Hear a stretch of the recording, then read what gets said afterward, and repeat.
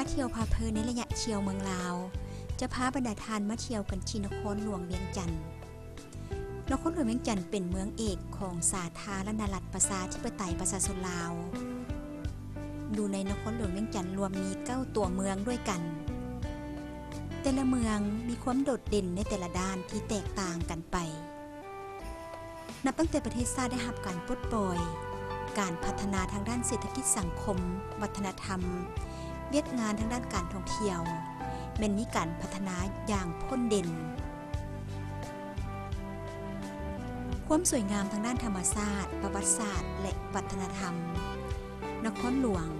มีหลายแห่งที่มีการปรับปรุงและขยายตัวโดยเฉพาะเวียกงานการท่องเที่ยวไม่ว่าจะเป็นการท่องเที่ยวทางด้านธรรมชาติแต่ละเมืองมีแหล่งท่องเที่ยวที่สำคัญและน่าเที่ยวที่แตกต่างกันไปเส้นเมืองสีโคตรก็มีแหล่งท่องเที่ยวทางด้านวัฒนธรรมและธรรมชาติเช่นวัดถ้ำผะวัดถ้ำพฤษีวัดถ้ำคอกม้าและวัดอื่นๆถ้าเป็นธรรมชาติก็เป็นตาดมูลตาดปลาไหลตาดเสือและบรรดาตาดต่างๆที่อยู่ในแนวทางอันเดียวกันสำหรับมื้อนี้ขอแนะนำแหล่งท่องเที่ยวทางธรรมชาติอีกแห่งหนึ่งที่ขึ้นกับเมืองนาไซทองมีนักท่องเที่ยวที่เข้ามาใช้บริการอย่างบ่ขาดสายนั่นก็คือน้ำตกตาดหินคะนา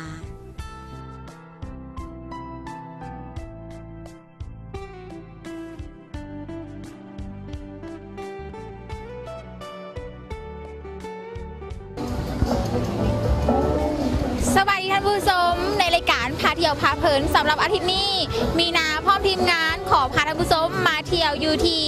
สถานที่ท่องเที่ยวหินคะนาซึ่งเป็นสถานที่ท่องเที่ยวธรรมชาติที่เป็นน้ำตกตาดซึ่งอยู่ในนครหลวงเวียงจันทน์ท่านผู้ชมอาจจะเห็นอยู่ทางด้านหลังของมีนาก็จะมีผู้คนหลากหลายที่ว่ามาเที่ยวซึ่งเป็นวันพักผ่อนวันเสาร์วันอาทิตย์แบบนี้เนาะจังใดขอพาท่านผู้ชมไปเบิ่งภาพบรรยากาศที่อยู่ทางด้านหลังมีนากันเลยในระยะนี้ขอพาท่านผู้ชมไปเที่ยวเลย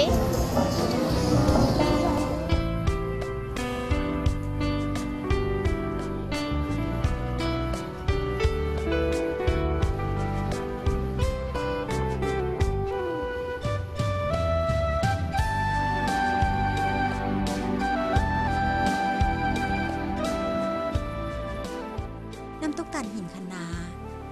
เป็นน้ำตกตาดที่สวยงามเส้นทางเข้าไปฮอดไปถึงสถานที่ท่องเที่ยวท่ามกลางธรรมชาติที่อุดมสมบูรณ์ในฤดูกาลท่องเที่ยวที่สัมผัสกับธรรมชาตินี้มีนักท่องเที่ยวทางภายในและต่างประเทศเข้ามาท่องเที่ยวอย่างหลวงหลาย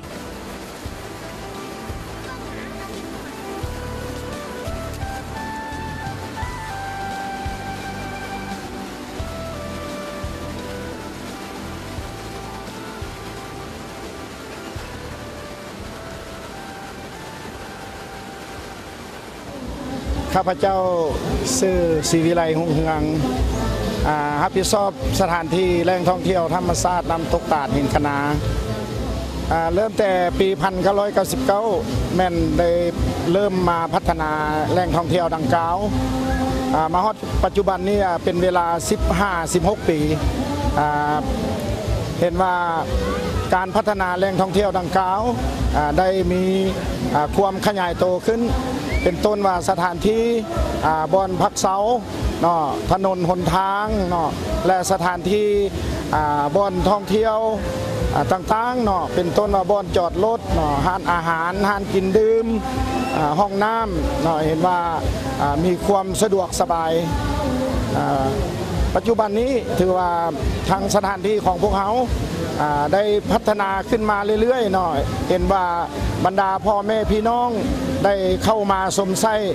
สถานที่ดังกล่าวอยู่ในฤดูหน้าฝนเนาะจะมีน้ำหลากหลายเนาะน้ำตกหินคะนาเป็นน้ำที่มาจากภูผาเป็นน้ำสะอาดใสเนาะแล้วก็สถานที่มีบ่อนลิ้นบ่อนอาบน้ำระหว่างผู้น้อยหรือว่าผู้ใหญ่เนาะเป็นมันมีอยู่2 วรรคที่เฮ็ดให้น้ำตกตาดสถานที่ของเฮากว้างขวางเนาะแล้วมีบ่อนจอดรถอยู่ทางเบื้องทิศตะวันออก แล้วก็มีบ่อนจอดรถอยู่ฝากทางเบื้องทิศตะวันตกอยู่2จุดเนาะมีขัวข้ามตัดย่างกว้างขวางและก็สวยงามเฮ็ดให้สามารถรองรับบรรดาแขกที่เข้ามาท่องเที่ยวได้หลายได้จำนวนหลวงหลายเนาะตูบที่ห้องฮับบรรดาแขกที่มาท่องเที่ยวมีจำนวนอยู่100 กว่าตูบคาดว่าต่อหน้าในแผนการพวกเราจะพัฒนาเพิ่มขึ้นตื่มเนาะการบริการนี่พวกเราก็เป็นต้นว่ามีอ่างอาบน้ำเนาะแล้วก็มีเรือพายให้บรรดาแขกที่มาท่องเที่ยวได้พายเล่นเนาะและนอกจากนั้นก็ยังมีประเภทคงเบงลอยน้ำเนาะแล้วก็มีห้านอาหารเนาะห้านอาหารกับแบบลาวๆห้านอาหารแบบลาวๆก็มีอาหารประเภทปิ้งปลาแกงหน่อไม้เนาะตำบักฮุงเนาะหรือว่าต้มไก่ลาดเนาะแล้วนอกจากนั้นพวกเราก็ยังมีศิลปะดนตรีเนาะไว้ต้อนรับบรรดาแขกที่มาพักผ่อนเนาะหรือว่าสร้างบรรยากาศเบิกบานมวลซื่นระวงสามัคคีแบบมวลชนเนาะบรรดาแขกที่มาท่องเที่ยวกับอยากไปล่องไปล้ำก็ถือว่าสามารถที่ว่าไปม่วนซื่นได้เนาะถือว่าแบบมวลชนบ่ได้จำกัดเนาะ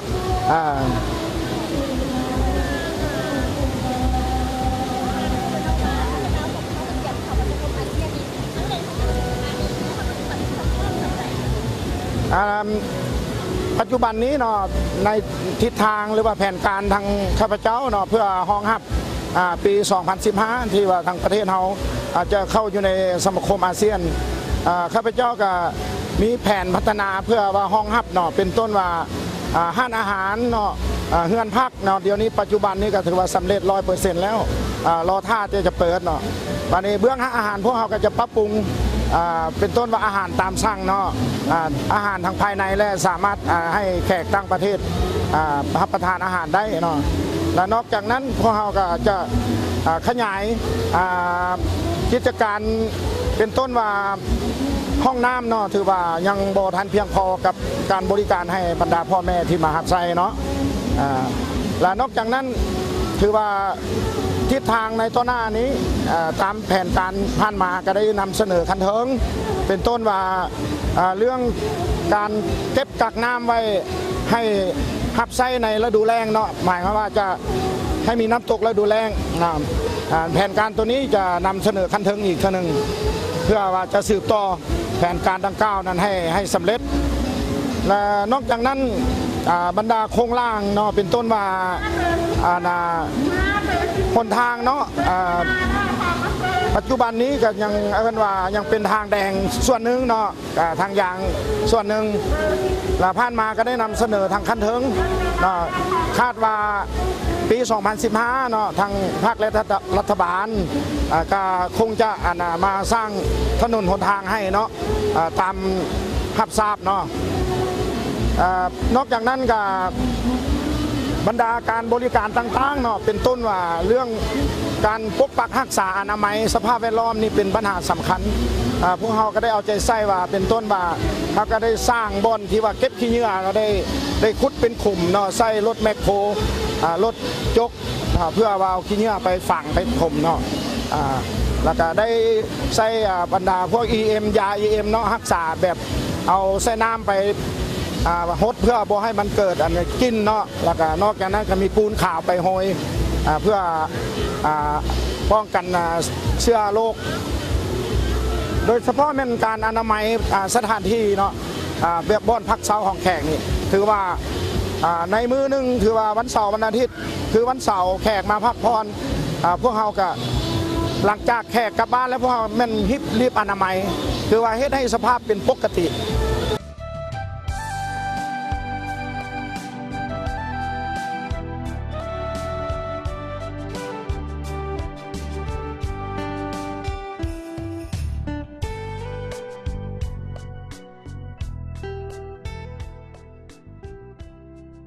ในเขตนาเซทองน้ำตกตาดหินคะนาถือได้ว่า เป็นน้ำตกตาดแห่งทำอิฐที่ทางรัฐบาลได้เปิดโอกาสให้แก่นักลงทุนเข้ามาพัฒนาการท่องเที่ยวท่านศรีวิไลหุ่งเฮืองเป็นนักธุรกิจลาวที่มีแนวคิดพัฒนาอันกว้างไกลแนมเห็นการขยายตัวของการท่องเที่ยวในอนาคตดังนั้น10 กว่าปีในการพัฒนาหินคะน้าแห่งนี้มีใบหน้าอันใหม่ขึ้นไปเรื่อยๆจากตูบ10 กว่าตูบกลายมาเป็นห้อยจากน้อยก้าวไปหาใหญ่นับมือแม่นนับขยายเพื่อห้องหับนักท่องเที่ยวที่เข้ามาใช้บริการจุดที่พ้นเด่นเส้นอาหารพื้นบ้านของลาวเส้นปิ้งไก่ลาดแกงหน่อไม้สดโดยเมนสาวบ้านใกล้เคียงเข้ามาบริการหน่อไม้ไหลหน่อไม้ผางหาจากป่าใกล้ๆเอามานางขายราคาถูกเพื่อให้นักท่องเที่ยวได้ซื้อมาปรุงแต่งอาหารเองหรือว่าซื้อกลับบ้าน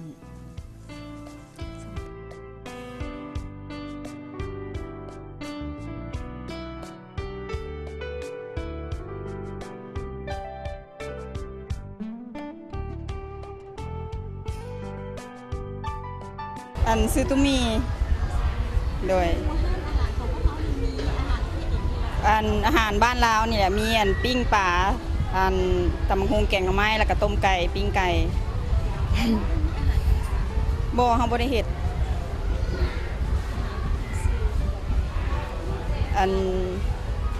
ตัวเด่นก็มีปิ้งไก่กับต้มไก่นี่แหละที่แซ่บก็ประมาณ 7-8 ตัวนี่แหละส่วนหลายแค่เอามาเฮ็ดกินเองนะก็พอได้ขายอยู่เจ้าก็อยากให้แขกทุกๆคนเนาะทุกทานมาท่องมาเที่ยวเจ้านะ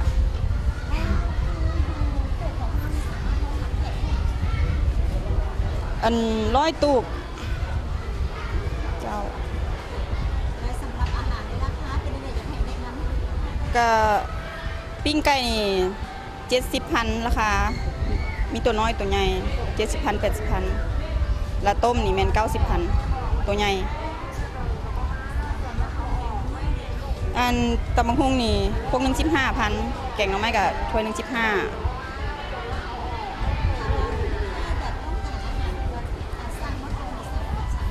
ได้สามารถสั่งได้ต้องเงินโทรจองเบอร์โทรก็5518300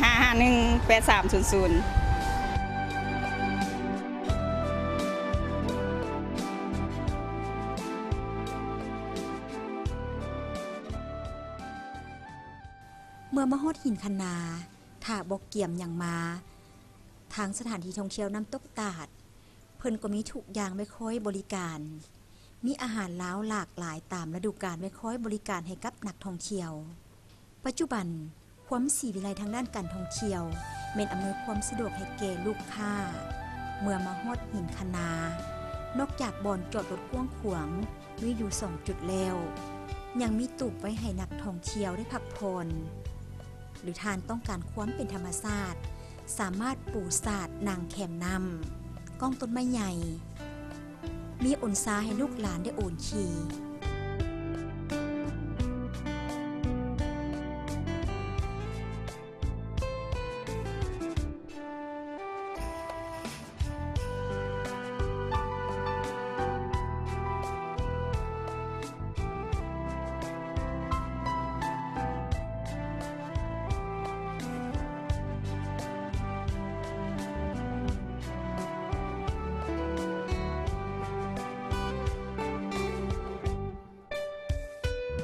มีห้องน้ำสะอาดไว้คอยบริการลูกค้า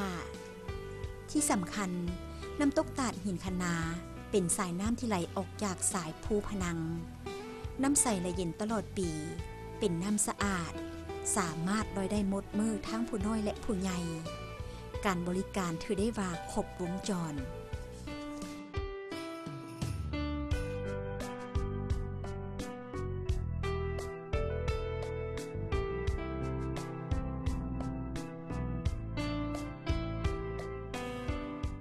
ชื่อเมตุค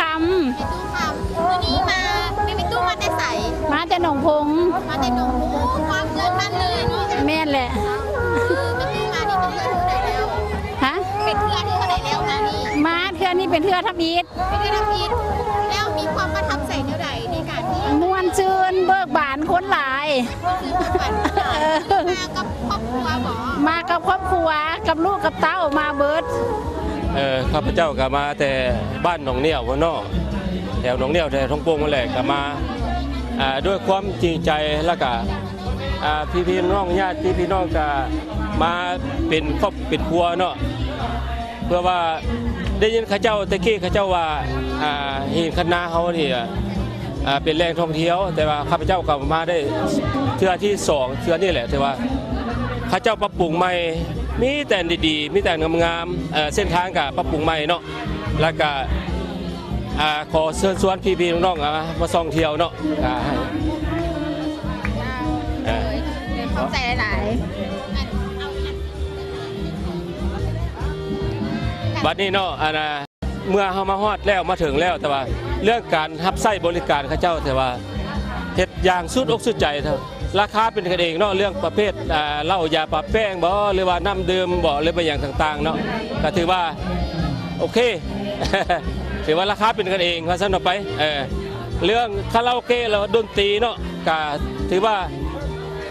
สุดยอดเลยถ้าผู้ใดเนาะผู้ใดอยากฮู้จักว่ามาท่องเที่ยวหินคณะอยากรู้ว่าหินคณะเขาเป็นอันใดเนาะก็เชิญพี่ๆน้องๆมาท่องเที่ยวมาเชิญชมได้เลยสวัสดีน้องชื่อตุนนักตุนเนาะเป็นพนักงานบริษัทสิมังการสร้างสารวันมาแต่ละหนุนโอเค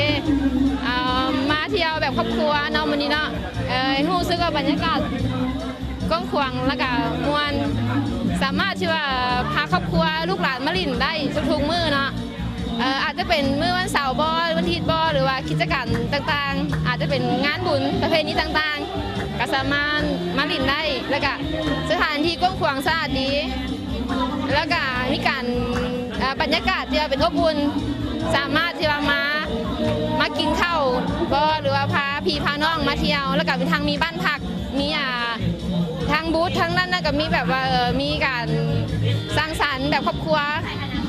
และอยากแนะนำทั้งญาติพี่น้องหรือว่าเพื่อนมิตรสหายทั้งที่บ่ได้เคยมาหรือว่ามาแล้วก็อยากให้มาลิ่นไปประจำเพราะว่าสถานที่แห่งนี้ก็เป็นอีกสถานที่หนึ่งที่ว่าเป็นใบหน้าใบตาของประเทศบ้านประเทศชาติของเราเนาะสามารถที่ว่านำแขกต่างประเทศเข้ามาเที่ยวหรือว่าเป็นอันที่ว่าเอกอ้างขนงใจของประเทศเราเนาะที่ว่ามีสถานที่ท่องเที่ยวที่งามแล้วก็มื้อนี้ดีใจหลายที่ว่าได้มีโอกาสได้สัมภาษณ์แล้วก็มีพี่น้องมาเป็นมื้อที่ว่าร่วมพี่ร่วมน้องกัน นอกจากสิ่งอำนวยความสะดวกในการบริการแบบเป็นกันเองแล้วดนตรีมวลส่วนฟังสายน้ำต้นตาที่สวยงามและปลอดภัยแล้วน้ำตกตาลหินคณะแห่งนี้ยังสามารถจัดงานสัมมนา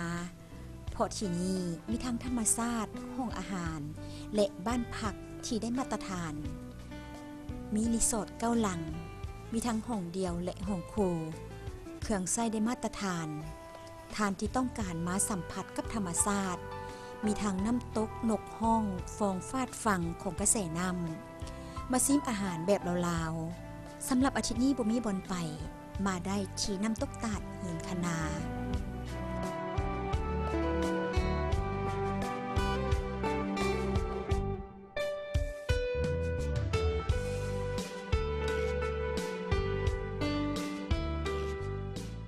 ในโอกาสนี้เนาะข้าพเจ้าก็อยากขอฝากถึงบรรดาพ่อแม่บรรดาพี่น้องในนครหลวงก็คือภายในและต่างประเทศบรรดาที่เข้ามาท่องเที่ยวในสถานที่แหล่งท่องเที่ยวธรรมชาติน้ำตกตาดหินคณาอยากขอเฮียนเซิญเนาะถ้าว่าท่านใดหากบ่ท่านได้มาก็อยากเชิญชวนมาชมเนาะมาชมธรรมชาติภูผาป่าไม้อันที่สวยงามของประเทศลาวเฮาเนาะโดยเฉพาะแม่แหล่งท่องเที่ยวธรรมชาติน้ำตกตาดหินคณานี่อยู่ในนครหลวงเวียงจันทร์นี่ถือว่าเป็นแหล่งท่องเที่ยวแบบอย่างแหล่งทำอิฐที่พรรคและรัฐบาลได้ อนุมัติหรือว่าได้อนุญาตให้สร้างขึ้น แล้วก็เป็นแหล่งท่องเที่ยวที่งดงามเนาะมีสายน้ำที่ยาวเนาะจากสายภูพนังและเฮ็ดให้น้ำนี่งดงามเนาะแล้วก็บ่ไกลจากตัวเมืองนครหลวงเวียงจันทร์เพียงแต่ท่านออกมาจากนครหลวงเวียงจันทร์ก็16 กิโลเมตรก็ฮอดเมืองนาไซทองเนาะทางแว่เข้าอยู่หน้าที่ว่าการปกครองเมืองนาไซทองแว่เข้าบ้านปากแฮดเข้ามาก็เพียงแต่9 กิโลเมตรก็ฮอดเนาะนอกจากนี้ก็ข้าพเจ้าบุมีหยังขอส่วนเสริญบรรดาพ่อแม่พี่น้องอยู่ต่างแขวงเนาะภายในและต่างประเทศถ้ามีโอกาสได้มานครหลวงก็เชิญมาพักผ่อนได้เนาะแล้วก็ขอฝากเบอร์โทรติดต่อเนาะของข้าพเจ้านี่020-555-18300เนาะ020-555-18300ท้ายนี้ข้าพเจ้าขอขอบอกขอบใจขออวยพรให้ไซให้บรรดาแขกที่เข้ามาท่องเที่ยวในสถานที่แห่งนี้จงมีความสุขความเจริญแล้วก็ขออวยพรให้บรรดาทุกท่านโดยเฉพาะเป็นพรรครัฐการนำจงมีสุขภาพเข้มแข็งนำพาประเทศชาตินำพาพวกพ่อแม่ประชาชนให้ประเทศลาวเฮาเจริญหุ่งเรืองต่อไปขอขอบใจ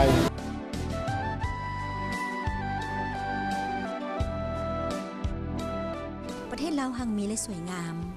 ทุกเขตทุกแขวงมันมีความงามความโดดเด่นที่แตกต่างกันไปแต่ความงามของธรรมชาติจะอยู่คู่ลาว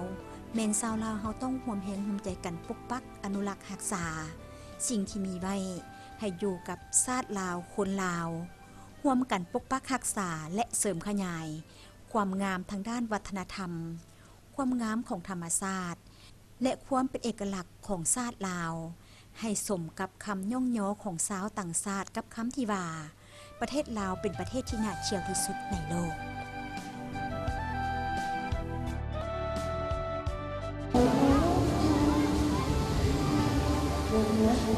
เจ้าท่านผู้ชมนั่นก็คือสถานที่ท่องเที่ยวตลาดหินคะนา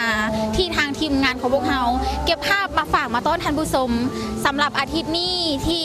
ภาพบรรยากาศที่ท่านผู้ชมได้เห็นนั้นบ่ว่าจะเป็นแขกที่มาเที่ยวบ่ว่าจะเป็นมีความม่วนซื่นเบิกบานเพลงม่วนอาหารแซ่บมาแบบครอบครัวสถานที่ท่องเที่ยวตลาดหินคะนานี่เหมาะสำหรับครอบครัวหรือหมู่เพื่อนที่มาเป็นกลุ่มเป็นก้อนเป็นหมู่คณะหรืออยากมาพักเป็นสถานที่ท่องเที่ยวแห่งนี้สร้างได้10 กว่าปีแล้วจะมีการพัฒนาขึ้นเรื่อยๆน่าเสียดายเวลาของทางทีมงานของพวกเราหมดเวลาลงแล้วในมื้อนี้ต้องขอบใจทานศรีวิไลหุงเหืองที่เอื้อเฟื้อสถานที่ในการถ่ายทำและก็เป็นเจ้าของตลาดหินคะนาแห่งนี้สำหรับอาทิตย์นี้มีนาพร้อมทีมงานขอลาท่านผู้ชมไปก่อนพบกันใหม่ในอาทิตย์หน้าสบายดี